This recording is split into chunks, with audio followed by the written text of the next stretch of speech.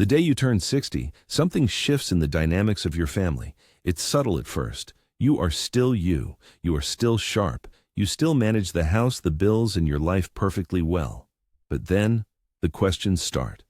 They start small, framed as concern, wrapped up in love. Mom, are you sure you should still be driving the long way to the market? Dad, let me just look over those bills for you, just to make sure. It's too much upkeep here, Mom. Have you thought about selling the house? That moment of questioning, that gentle nudge toward taking over your decisions, is terrifying. It is the real fear of getting older. The moment you realize you might lose your independence before you lose your health. You love your children, you want them close, but you dread that Sunday afternoon knock on the door because you know it won't be just a visit. It will feel like an inspection. They look at your kitchen, noticing the clutter on the counter. They look at your steps, worried you might fall.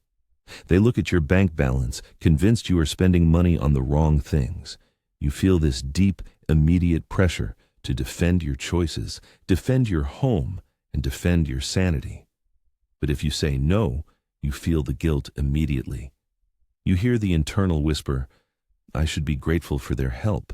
They just care about me. Why am I pushing them away? You end up saying yes when you mean no. You let them rearrange your medicine cabinet, even though you know exactly where everything is. You let them tell you to stop driving, even though you feel perfectly safe. You let them pressure you into unwanted decisions about your health or your money just to keep the peace. The price of that peace is your dignity. The price is your autonomy.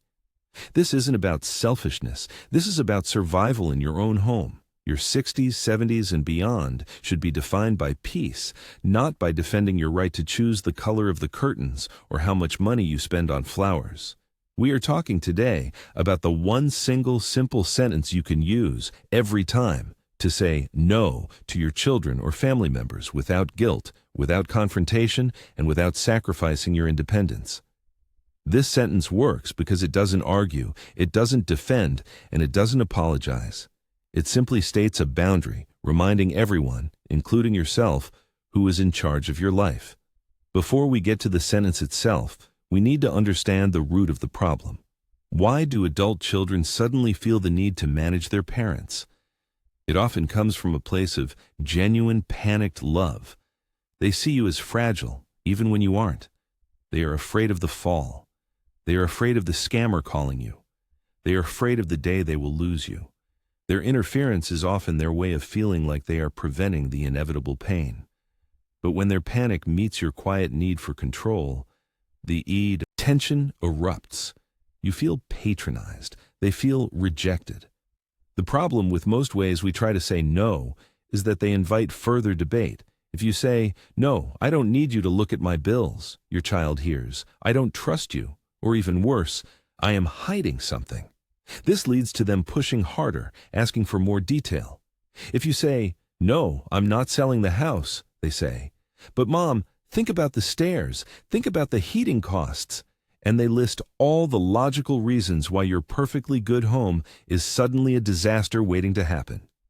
You need a way to end the conversation quickly, warmly, and firmly. You need a sentence that shuts down the argument, validates their concern, and reiterates your authority, all at once. This powerful boundary sentence is not aggressive. It is protective. Here it is. Use it the next time your adult child pushes you on a financial choice, a health decision, or a change in your living arrangements. The sentence is this: that is something I am still fully capable of managing, and I have it handled for now. Now, look at what this sentence does. It achieves three crucial things. First, it validates their care. That is something. It acknowledges the topic. Second, it affirms your competence. I am still fully capable of managing. This is the most crucial part. It emphasizes capability, not just preference. Third, it provides a firm, immediate boundary without being final. And I have it handled for now. The phrase, for now, is important. It implies that if things change, you know they are there, but currently your decision stands. Imagine your daughter suggests moving your favorite armchair out of the living room because she thinks it's too close to the rug edge and you might trip.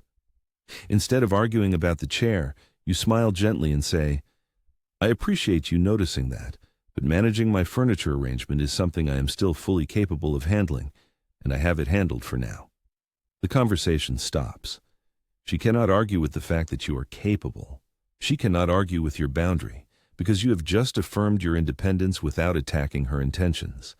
This simple sentence is your shield against the creeping guilt that so often accompanies aging. You are not rejecting their love. You are protecting your right to decide. You are preserving the peace of your own home. Remember, protecting your home means protecting your choices, protecting your routine, and protecting your dignity. In the next part, we are going to use this exact sentence and a related technique to address the number one area where seniors feel the most shame and pressure: money. We will show you exactly how to protect your savings and your monthly budget from well-meaning but often controlling family members, especially when it comes to shared expenses or unexpected financial requests. The boundary is important. The financial protection is essential. Stick with me, because the strategy for dealing with financial requests is even more powerful than simply protecting the furniture. We've looked at the quiet exhaustion that comes from always being the reliable anchor. The truth is, when we reach this stage of life, our yes starts costing us more than it ever did before. It's not just a polite agreement. It's often trading a needed rest hour for an errand. It's trading vital savings for a loan you know won't be repaid. It's trading the peace of your own quiet home for unexpected chaos. This is the hidden cost of compliance. Think about your health. The number one rule for graceful aging is guarding your energy. Your energy is not infinite. It is your most valuable resource, especially now. Every time you overextend yourself physically to help an adult child, running across town, hosting large gatherings, staying up late, you are borrowing from your physical future.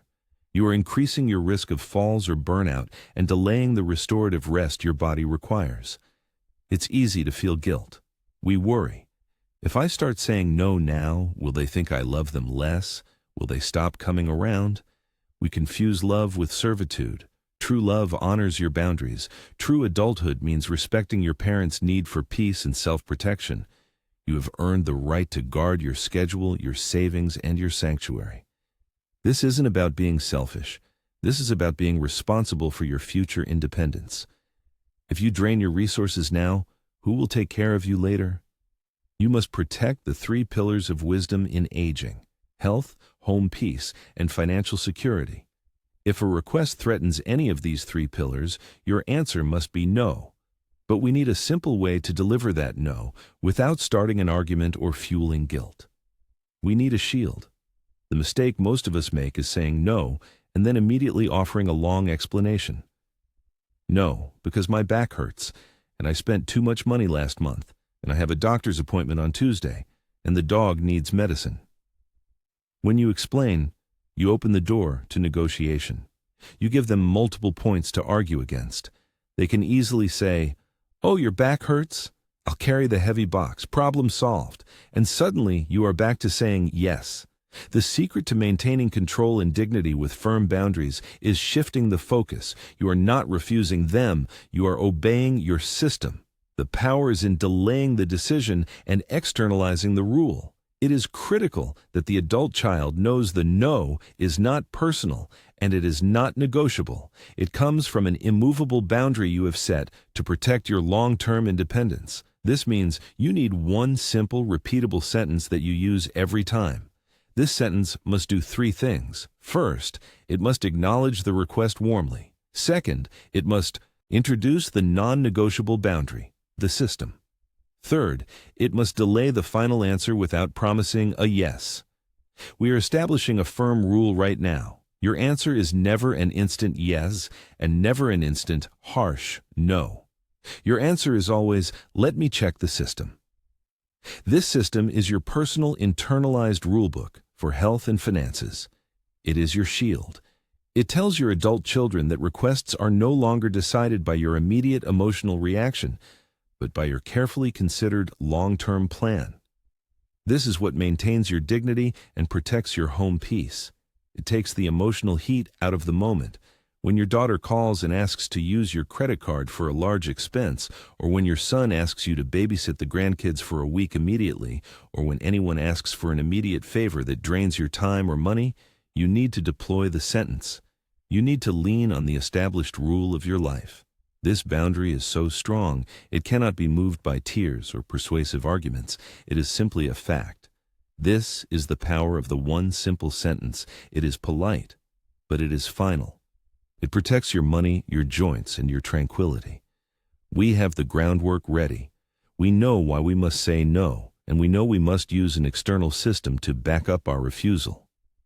In the next part, we will finally reveal the exact short sentence you can use instantly, and how to handle the emotional pressure that comes after you say it, especially when your children insist or try to make you feel guilty. This emotional manipulation is the final wall we must tear down to ensure your total peace. We have established the power of that simple sentence. It is not rude. It is not selfish. It is merely a shield that gives you precious time to think. When you use the sentence, you are saying, I respect myself and my life plan enough to consult my own counsel first. Now, let's talk about the hard situations. The requests that feel like they threaten the pillars of your independence, your money, and your home. This is where the fear of running out of resources meets the fear of disappointing your child. This crossroad is painful. Imagine your child needs a large sum of money. Maybe they ask you to co-sign a loan, or perhaps they want to borrow from your savings for a down payment. You know, deep down, that this money is your lifeline. It is the buffer against a fall or a long illness, but they are your child. And you feel that deep primal urge to help. Stop the conversation immediately. Do not react to the dollar amount. React to the emotional pressure. When they finish speaking, you use the sentence. Thank you for trusting me enough to ask. I need to consult with my budget and financial advisor first, and I will get back to you by Tuesday afternoon.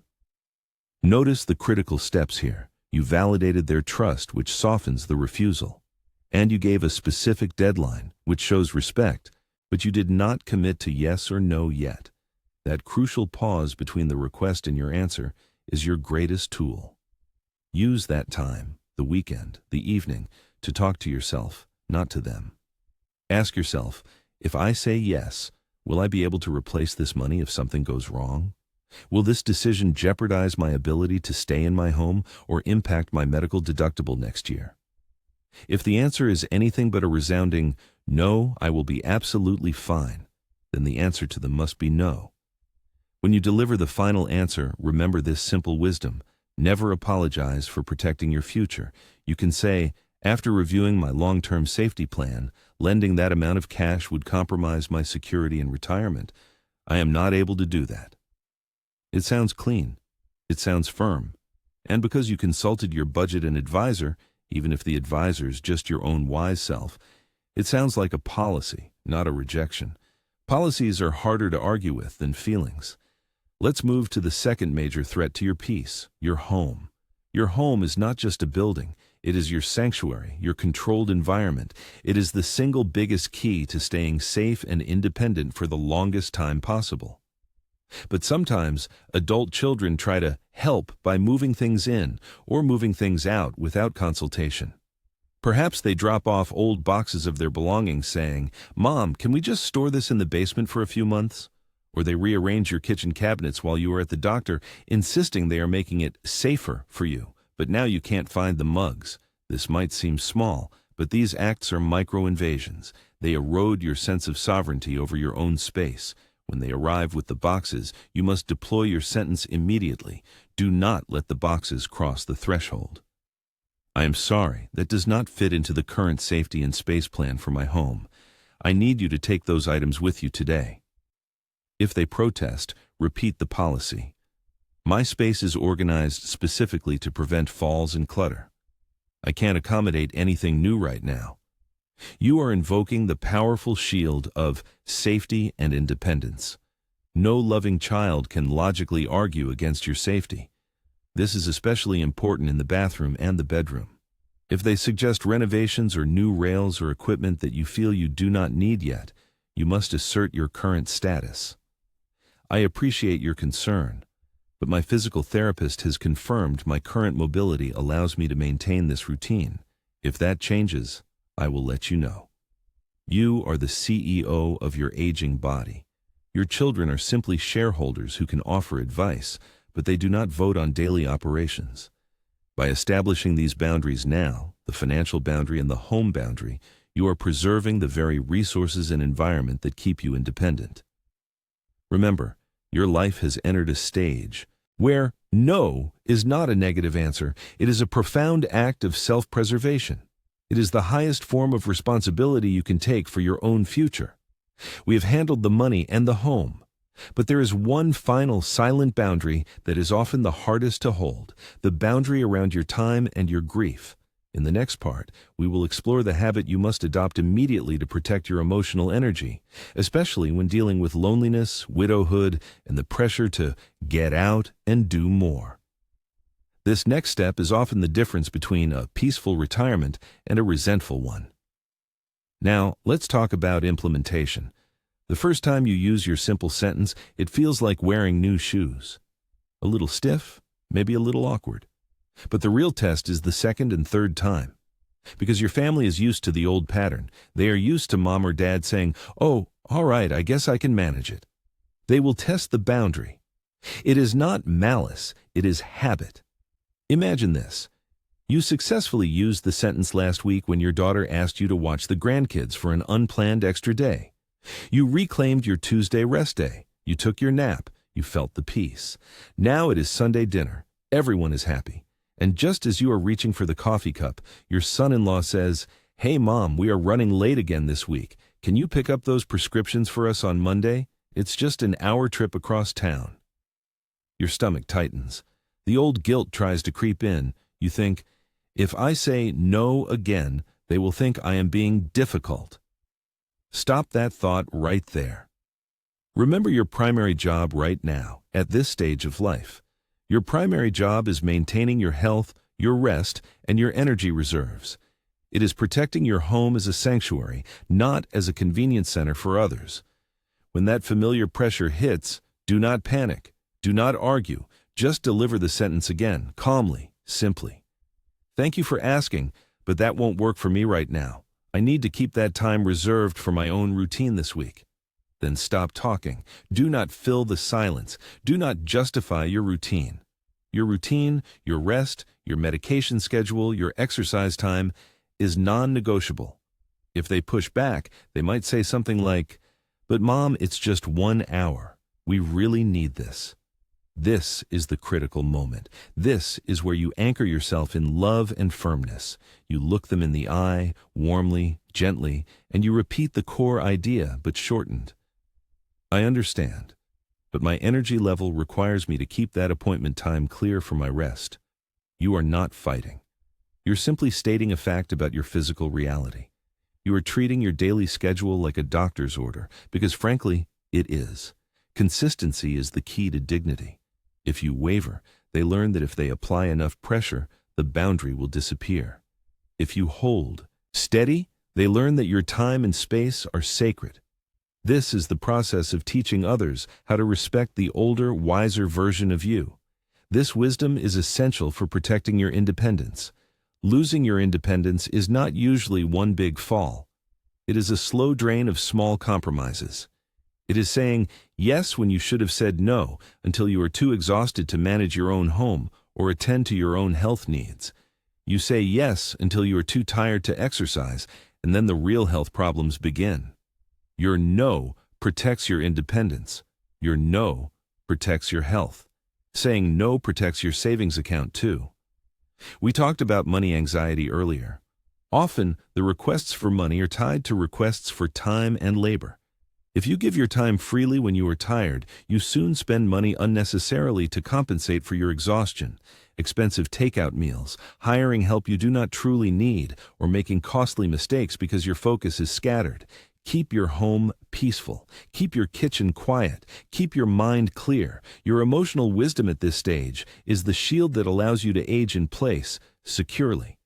It allows you to look at your grandchildren with pure joy instead of looking at them and feeling exhausted, dread. When you use your simple sentence, you are not saying, I do not love you.